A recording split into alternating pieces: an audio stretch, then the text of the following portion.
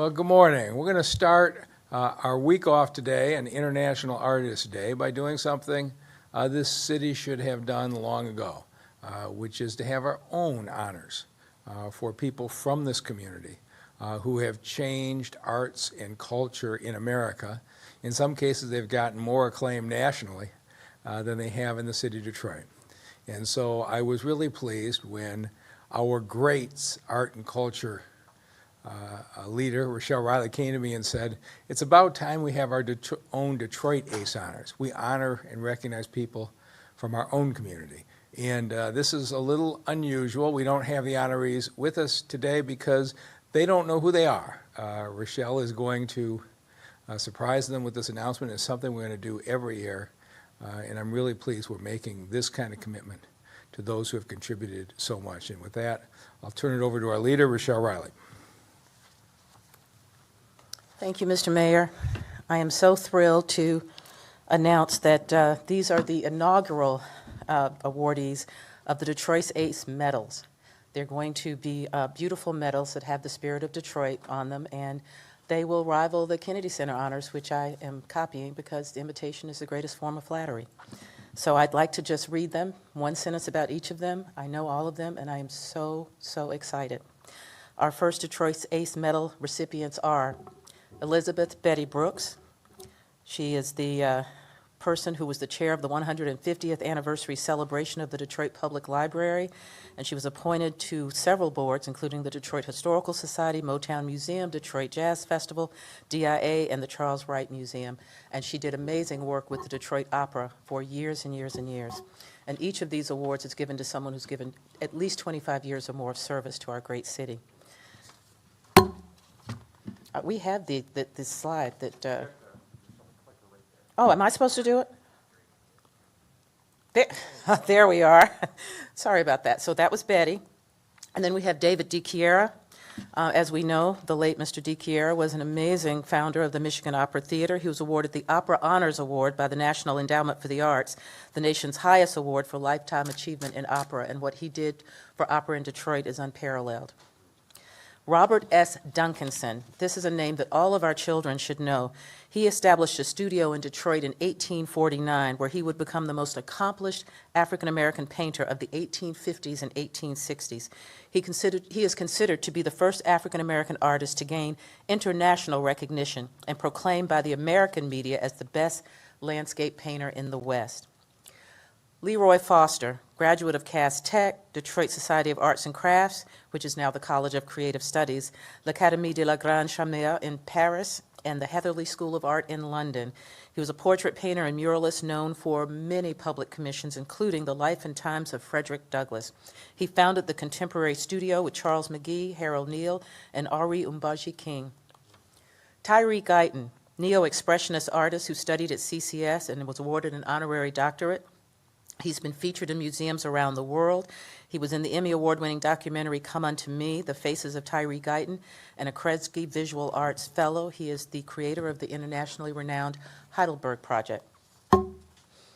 Vera Heidelberg, charter member of the Greater Wayne County chapter of the Lynx, chair of the Women's Committee of the United Negro College Fund, co-chair of the first Classical Roots Celebration, an annual concert sponsored by the Detroit Symphony Orchestra recognizing African American music.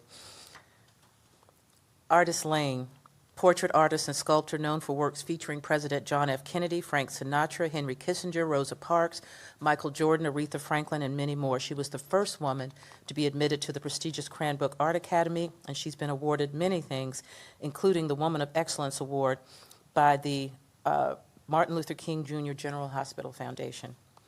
The late Charles McGee, painter and sculptor whose work has been featured at the Charles Wright, the Brooklyn Museum, and the Whitney Museum. Founder of the Contemporary Art Institute of Detroit, he advised the entire state of Michigan and the city on local arts institutional initiatives, and he was the first Kresge eminent artist.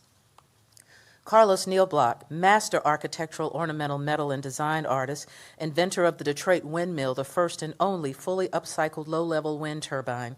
He's a founder of Can Art Handworks, an ornamental architectural metals handicrafting studio on Detroit's east side. Dudley Randall, prolific poet and the city of Detroit's first poet laureate. He was called the father of the Black poetry movement by Black Enterprise magazine, and he was the founder of Broadside Press, author of numerous books, including Poems and Decades, The Black Poets, and for Malcolm X, Poems on the Life and Death of Malcolm X. The one and only Gretchen Valade, philanthropist and leading patron of numerous institutions, including the Detroit Jazz Festival and Wayne State University's jazz program. She's the founder of the Grammy Award-winning Mack Avenue Records, and she's the chairwoman of Carhartt, the Dirty Dog Jazz Cafe. If you haven't been there, you got to go, and Morning Glory Coffee. Marilyn Wheaton, she was the longtime director of the City of Detroit's Cultural Affairs Department and the first person I called when the mayor asked me to do this job. She helped orchestrate art for the Detroit Tricentennial Celebration and worked to make Detroit a cultural destination through raising funds for art programs in the city. Debra White-Hunt. Debra is co-founder of let me put my glasses on. Co-founder and artistic director of the Detroit Windsor Dance Academy, choreographer of more than 50 ballets, and she was commissioned to create her works on stage for film, video, and television. She is a Kresge Arts Fellow from last year, and she has been running the Detroit Windsor Dance Academy for nearly 40 years. And now we have Shirley Woodson, iconic painter known for large-scale figurative work, longtime Detroit Public Schools teacher, yay teachers, co-founder of the Michigan chapter of the National Conference of Artists, the longest-running national arts organization dedicated to nurturing, developing, and promoting opportunities for Black visual artists. And we finally have, this is very special for me, we have a special Medal of Excellence for the Kresge Foundation. Since 2008, the Kresge Foundation has awarded more than $6.7 million through Kresge Arts in Detroit's Kresge Eminent Artist Awards, Kresge Artist Fellowships, and Gilda Awards. The foundation is receiving special recognition today for sustaining the Office of Arts, Culture, and Entrepreneurship, Detroit ACE, my office, Sam and me, wave Sam, for providing vital operational support as it joins the mayor's mission to place focus on the city's creative arts industry, which is one of the best in the nation, and to make sure there are opportunities rising all over the city for people to experience art. Detroit ACE is going to be proud in the next few weeks to announce some more grants and awards that we're very excited about, but we want to thank Kresge for being there in the beginning, the middle, and the end. And now we have our next announcement, very special, very historic. We are about to announce the City of Detroit Historian. It's an honorary position that is both ceremonial and educational.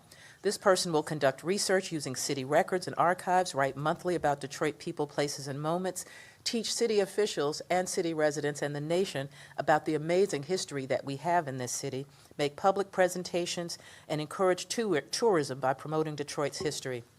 We are grateful to the Ford Foundation for sponsoring this position, which will become one of the most important for us, making sure people know who we are and making sure we celebrate that. So, Mr. Mayor?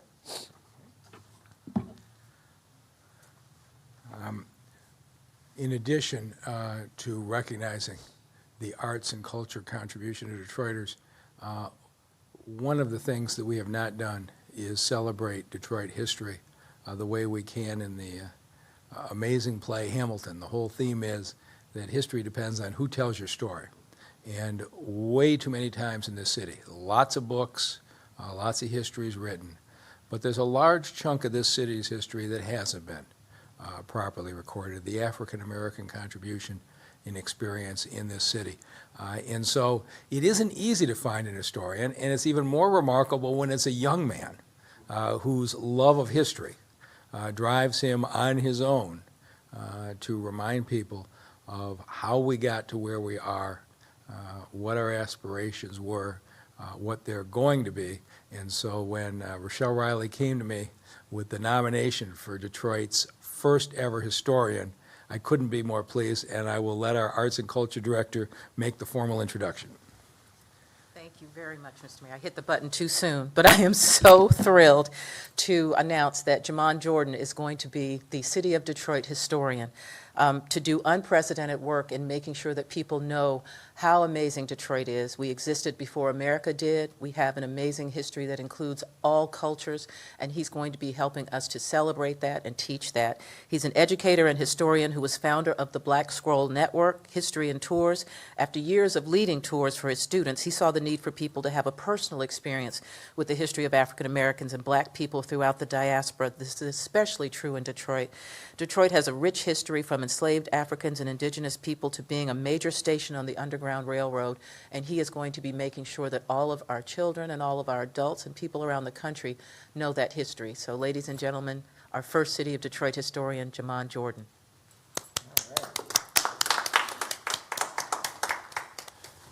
Thank you so much, Mr. Mayor, and thank you, Director Rochelle Riley, and just really thank the City of Detroit for having this great history.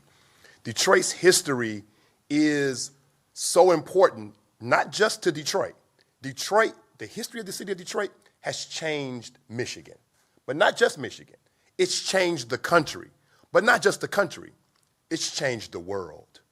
The Underground Railroad history, way before 1701, when the Anishinaabe, the indigenous people, were here, when the French arrived in 1701 to build Fort Pontchartrain du Detroit down at the river, when we have the labor movement, when we put the world on wheels, when we have the historic and significant churches and organizations and movements that came through the City of Detroit.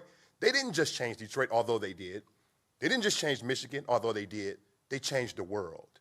And although I'm the first City of Detroit historian, and I'm really, this is kind of not, I'm not in my place because I'm used to studying history, not making history. But there are many other great historians who paved the way for me to be here today. People like, of course, Silas Farmer, who is the iconic historian for Michigan in Detroit's history, but people like Dr. Norman McRae, people like Herb Boyd, people who my contemporaries who have taught me so much, people like Ken Coleman, people like Yom Desjardins, and so many other people have taught me this history that in many cases I wasn't alive to see, but they taught it from a standpoint that they were there or they researched it way before I began researching it. And so I'm standing on the shoulders of ancestors and standing on the shoulder of elders and great historians, and I want to do a job to make Detroit's history important to Detroit first. It's already important to the world. We've seen the films about Aretha Franklin. We've seen the film No Sudden Move. We've seen these films that show and highlight Detroit's history, and many people all over the world are saluting this history. They're on Broadway with Ain't Too Proud to Beg. But Detroit needs to know and understand and appreciate this history. And as much as I can do, I will do my job to make sure that it is important to the City of Detroit.